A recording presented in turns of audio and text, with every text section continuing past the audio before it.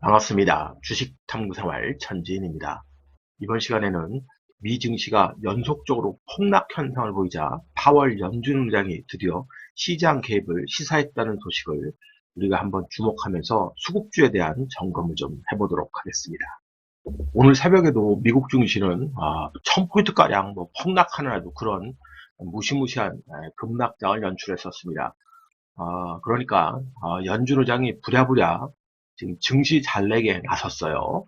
긴급 성명을 발표했는데 그 내용을 좀 살펴보면 미국 경제의 기본은 여전히 튼튼하다는 거, 하지만 경제활동에 큰 위협을 주는 그런 시그널이 생긴다면 연준은 거기에 대한 적절한 행동을 취할 것이다. 지금 계속해서 시장 모니터링을 면밀히 하고 있다.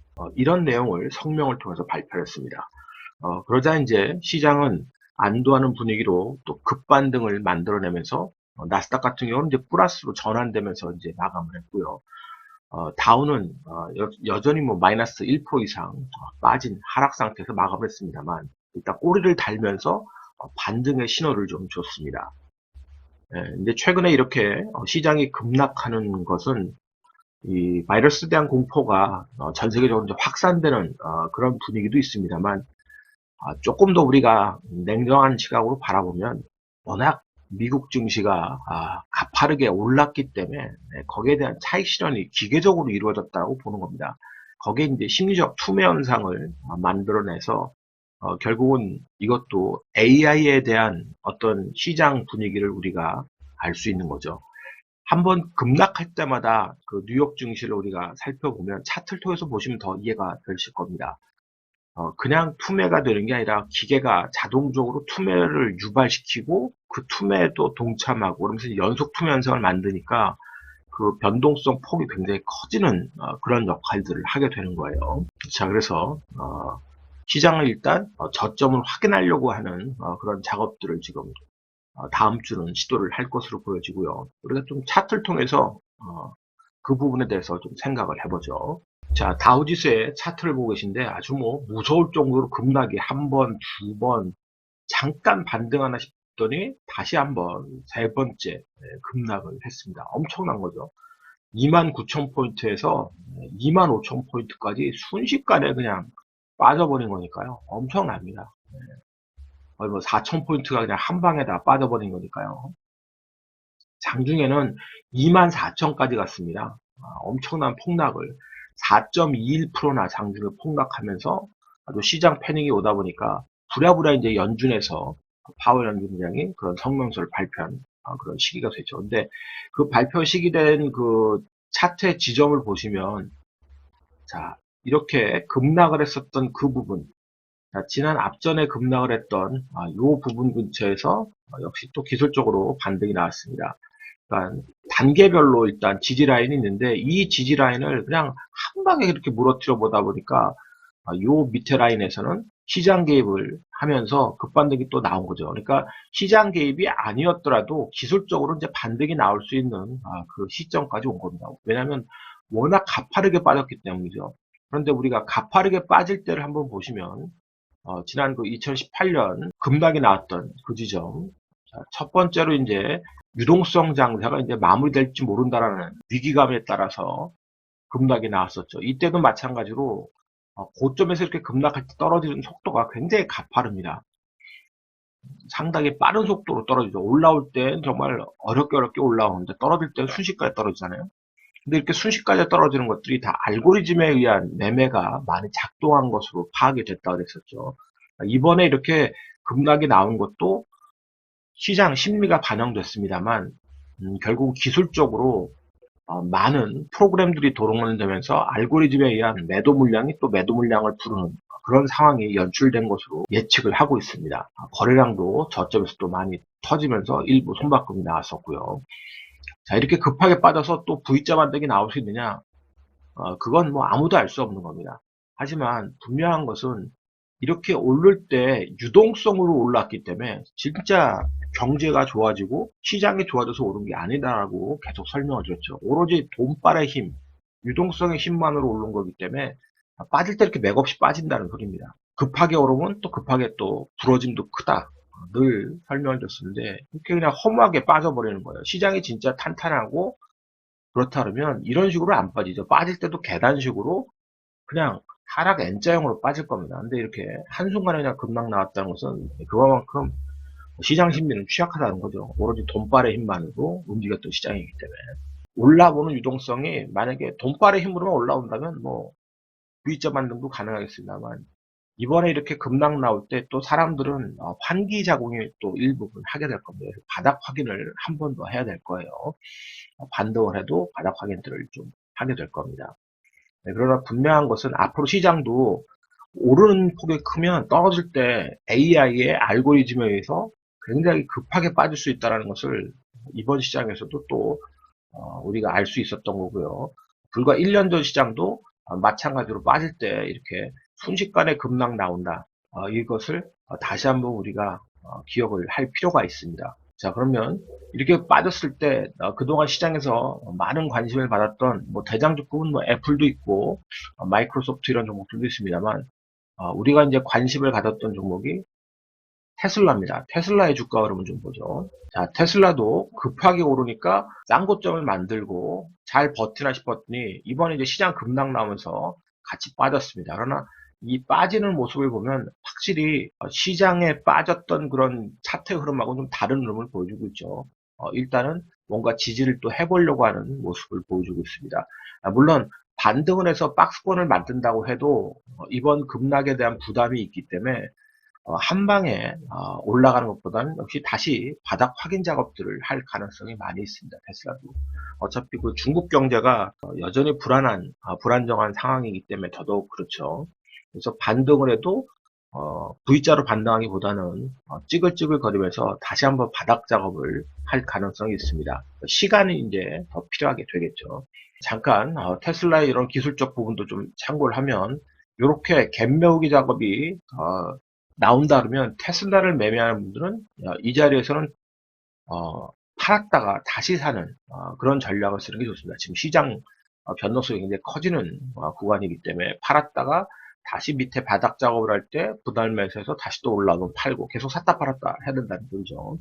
자, 그럼 국내 종목들 중에선 삼성 SDI를 한번 보겠습니다. 자, 그동안 대장도 노릇을 했던 삼성 SDI가 역시 고점에서 잘 버티나 싶더니 시장 급락이 나오면서 이제 같이 차익 실현이 나오면서 떨어졌습니다. 자, 보시면 외국인들이 일부 또 차익 실현을 했고 기관이 차익 실현, 이제 고점에서 차익 실현을 하니까 또 급하게 빠졌어요. 그러나 역시 기술적으로 이제 반등을 할 수 있는 그 위치로 오게 되는 겁니다. 이런 자리들, 자, 갬블 이제 다시 또 매우로 내려오겠죠.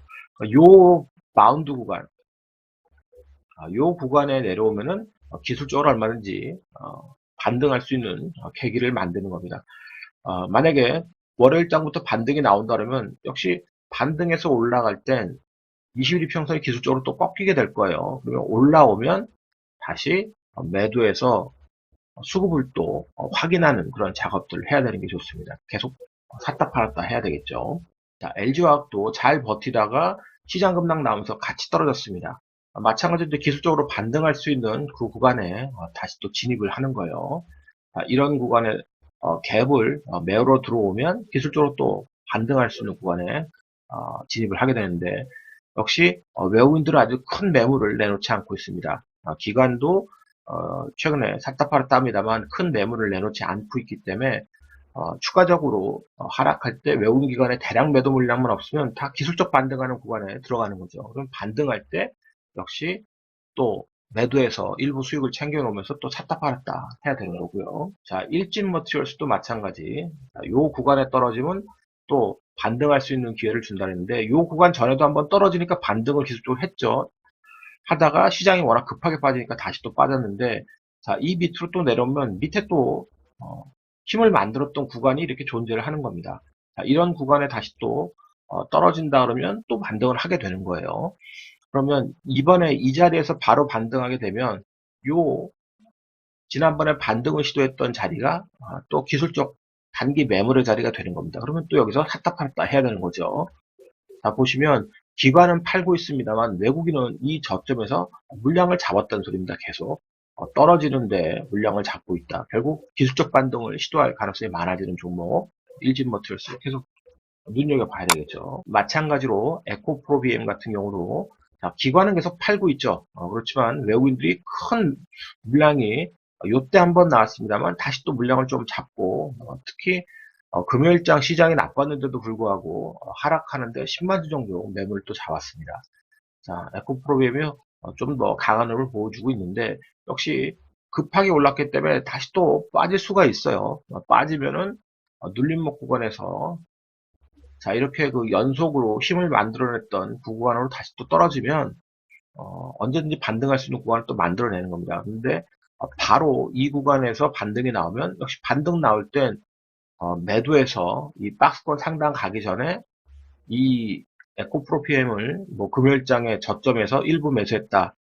반등 나오면은 이 박스의 상단까지 보지 마시고 그 수급을 보면서 박스 상단 전에 일부 또 매도를 하면서 수익을 챙겨놓고 다시 또 밑으로 내려오는 걸 기다리면서 대응하는 그런 전략을 써야 되는 거죠.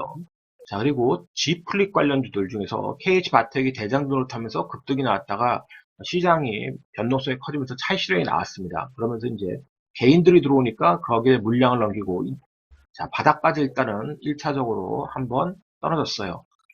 여기서 이제 매매에 동참했던 분들은 반등 나오면 또 팔아야 되는 이유가 있습니다. 왜냐하면 목요일장에 기관과 외국인들이 대량 매도가 한번 나왔습니다. 대량 매도가 나왔기 때문에 이 대량 매도 나온 자리는 상당히 부담되는 자리가 됩니다. 그래서 지금 2만원대 여기에서 만약에 일부 매수에 가담했던 분들이 있으면 반등할 때는 2만 1,000원 정도 넘어갈 때부터는 매도를 해서 빠져나와야 됩니다. 일단 일부 매도에서 빠져나오고 다시 떨어져서 반등을 시도할 때 그러니까 저점을 확인하는 작업들이 보일 때 그때 또 일부 매수해서 샀다 팔았다 또 해야 되는 거고요. 자, 반등을 하는 과정에도 외국인들이 만약에 매도가 나온다. 기관이 계속 매도가 나온다. 매도 물량이 계속 포인트가 잡혀진다 그러면 그럴 때는 과감하게 좀 더 관망을 할 필요가 있는 겁니다. 이 물량이 계속 고점에서 차익 실현 물량이 나오면 반등은 미약하고 다시 추가적으로 저점을 깨고 한 번 더 밑으로 내려왔다가 수급을 조절하는 그런 모습을 볼 수 있어요. 자, 그리고 세경 하이테크 보시면 자, 시장이 나빠지고 차익 실현에 의해서 주가가 급락을 좀 했습니다만 자, 요때 외국인과 기관의 매도 물량이 좀 나왔는데 다시 금요일장 어느 정도 잡아가는 또 모습입니다. 전체적으로 최근 시장이 안 좋은 속에서도 외국인 기관이 계속 매매에 참여를 하고 있다. 자, 이 자리가 굉장히 중요한 자리가 되는데 이 자리 전에 일단 한번 십자봉 나오면서 뭔가 반등을 지금 시도를 하려고 하고 있습니다. 마찬가지로 올라올 때 상단까지 보시면 안 되죠. 이 자리에서 이제 목요일장에 외국인 기관에 물량이 나왔던 자리이기 때문에 그 전에 한 36,000원 요 근처에서는 또 매도를 해서 빠져나오고 샀다 팔았다 할 수 있는 그런 기회를 찾아야 됩니다. 자, 삼성전기 역시 차익 실현 나면서 급락이 나왔는데요. 외국인들 매도가 연속적으로 나오지 않고 오히려 외국인들은 잡아가고 있습니다. 단지 이제 기관 수급이 좀 불안전해요. 그래서 바닥 확인 작업을 할 수 있습니다.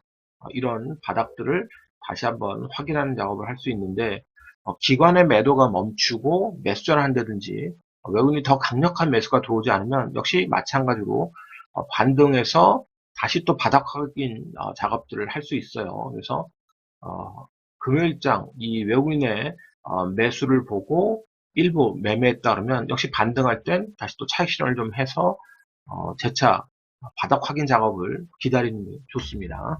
자, MCNX 같은 경우는 조금 다른 모습인데요.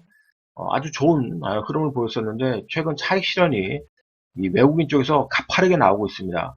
만약에 저점이라고 매매한 분들이 있다면 반등할 때 빠르게 좀 그 일부 손실 구간이라도 절반 정도 물량 또 줄였다가 다시 밑에 확인 작업하거나 외국인 수급이 들어오는 걸 기다리는 게 좋습니다. 왜냐하면 외국인들이 지금 계속 4일 연속으로 매도를 하면서 차익 실현을 하고 있기 때문에 반등은 짧고 다시 바닥을 밑에 저점을 확인하는 작업들을 더 할 수 있어요. 차트를 보시면 자, 이런 저점 이런 저점까지 3만원대 이 저점을 확인하는 작업을 다시 할 수 있다는 소리입니다. 외국인들의 매도가 지속적으로 나오게 되면 이제 그런 부분들만 체크하면서 매매를 해야 되겠죠. 자, 그리고 시장이 되게 불안정하고 그런 가운데서 또 수급이 나쁘지 않은 그런 종목들이 있습니다. 이노와이어리스, 5G 관련 중에서 최근에 이제 급등이 한번 나왔다가 차익 실현에 눌림목이 깊어지는 과정인데요. 이런 눌림목이 나오는데도 불구하고 외국인들 기관이 계속 매매를 하는 그런 종목입니다. 5G 관련 중에서 한번 급등 나왔다가 원래짜리 지금 되돌리는 과정에 와 있는데 이런 종목들 아직 거래량도 대량으로 터지면서 지금 외국인 기관의 차익 실현이 나온 게 아니기 때문에 이런 종목은 저점에서 분할로 매수하면서 외국인 기관 매매 보고 반등할 때 또 팔아서 수익을 좀 챙기면서 매매할 수 있는 그런 수급주로 보시면 될 것 같아요. 5G 관련 중에서 이노와이어리스 관심 있게 한번 봐보시고요. NHN 한국 사이버 결제의 흐름을 보시면 역시 가파르게 올랐는데도 불구하고 크게 아직 빠지진 않고 있습니다. 그 배경은 역시 외국인들이 매수에 동참하고 있고 오프라인이 침체되면 온라인 결제가 더 늘어날 거다 이런 기대감도 시장에 같이 있는 거죠. 그래서 일종의 대안주격으로 눌림목이 다시 또 나와서 외국인들의 그런 차익 매도가 크지 않은 상황에서 눌림목 나오면 역시 반등을 할 수 있는 그런 종목들, 그러니까 기술적으로 매매할 수 있는 종목으로 보시면 될 것 같아요. 소재 관련주 중에서는 솔브레인이 계속 기대감의 신고가를 만들고 차익 실현이 계속 나오고 있습니다. 이 차익 실현은 이제 기관의 차익 실현이죠. 기관이 차익 실현을 꾸준히 하면서 다시 주가가 이제 원위치 근처까지 떨어지고 있습니다. 자, 그런데 그 원위치까지 떨어지는 동안에 외국인들이 그 물량을 잡고 있어요. 외국인들이 물량을 잡으면서 쭉 떨어지고 있는데 이런 종목들이 결국은 이 원래 8만원 근처 자리까지 떨어지게 되면 역시 기술적으로 또 반등할 수 있는 기회를 찾게 됩니다. 조금 이제 일봉이 지점을 한데 주봉을 한번 볼게요. 자, 요 지점이 지금 85,000원 지점인데 이 지점부터는 일단 1차적으로 그 반등할 수 있는 기술적 반등 구간이 되는 거예요. 그 밑으로 여기서부터 떨어지면 다 이 자리들이 기술적 반등할 수 있는 구간들이 되는 겁니다. 떨어지면 반등할 수 있는 재차 수급만 그 외국인까지 매도나지 않고 기관이 매도가 조금 줄어들면서 매수전환한다든지 이러면 언제든지 기술적 반등할 수 있는 구간에 진입을 하는 거죠. 전반적으로 지금 시장이 빠르게 급락을 했기 때문에 또 반등도 충분히 나올 수 있는 그런 지점이 됐습니다. 우리가 지수상으로도 보면 종합주가지수가 지금 이렇게 보시면 고점에서 헤드앤숄더를 만들고 급락이 나왔죠. 자, 그래서 이 자리를 깼기 때문에 반등 나와도 또 부닥치는 자리들이 있습니다. 지난번에 이제 1900도 한번 깼었는데 이 자리를 확인할지는 좀 더 지켜봐야 되겠습니다만 어쨌든 반등이 나와도 V자로 빠르게 반등한다는 기대감을 갖지 마시고 기술적으로 일단 대응하는 구간이 필요한 겁니다. 코스닥 시장 마찬가지죠. 급락 후 반등 나와도 역시 반등 때마다 매물대를 또 만들어 놓고 떨어졌기 때문에 그 부분을 우리가 이해를 해야 된다는 거. 자, 전반적으로 글로벌 주식시가 다 같이 이제 폭락하는 그런 모습입니다만 그래도 긍정적인 것은 파월 의장이 시장 개입을 시사하면서 기술적 반등을 좀 이루어냈다는 점은 긍정적입니다. 하지만 지속적으로 설명을 드렸듯이 정말 시장이 경기가 좋아지고 화랑이 돼서 미국 증시가 폭발적으로 상승하는 게 아니다라고 계속 설명을 드렸습니다. 오로지 돈바의 힘, 유동성의 힘만 가지고 오르기 때문에 조금의 그런 시기랑 충격이 가해지면 얼마든지 차익 매도 물량은 한꺼번에 쏟아질 수 있다고 계속 경고성 발언을 제가 했었죠. 그러니까 여러분들도 이번 시장에서도 또 경험을 하신 거니까 그 부분을 꼭 염두에 두시고 시장 참여할 때 반드시 일부분의 자금만 가지고 매매를 해야 된다. 지금은 시장 수익을 크게 얻으려고 할 수 있는 장이 못 된다 그랬습니다. 결국 이런 거품들이 완전히 꺼져서 초토화되는 그런 시장이 오기 전까지는 늘 긴장을 하고 아무리 시장이 좋아 보여도 일정 부분의 자금만 운영해야 된다. 이렇게 계속 설명을 드렸습니다. 어려운 시장이지만 다음 주도 화이팅 하시고 건강 유념하시기 바랍니다. 오늘자 한 줄 요약. 파월이 처음으로 연중의장 나왔다.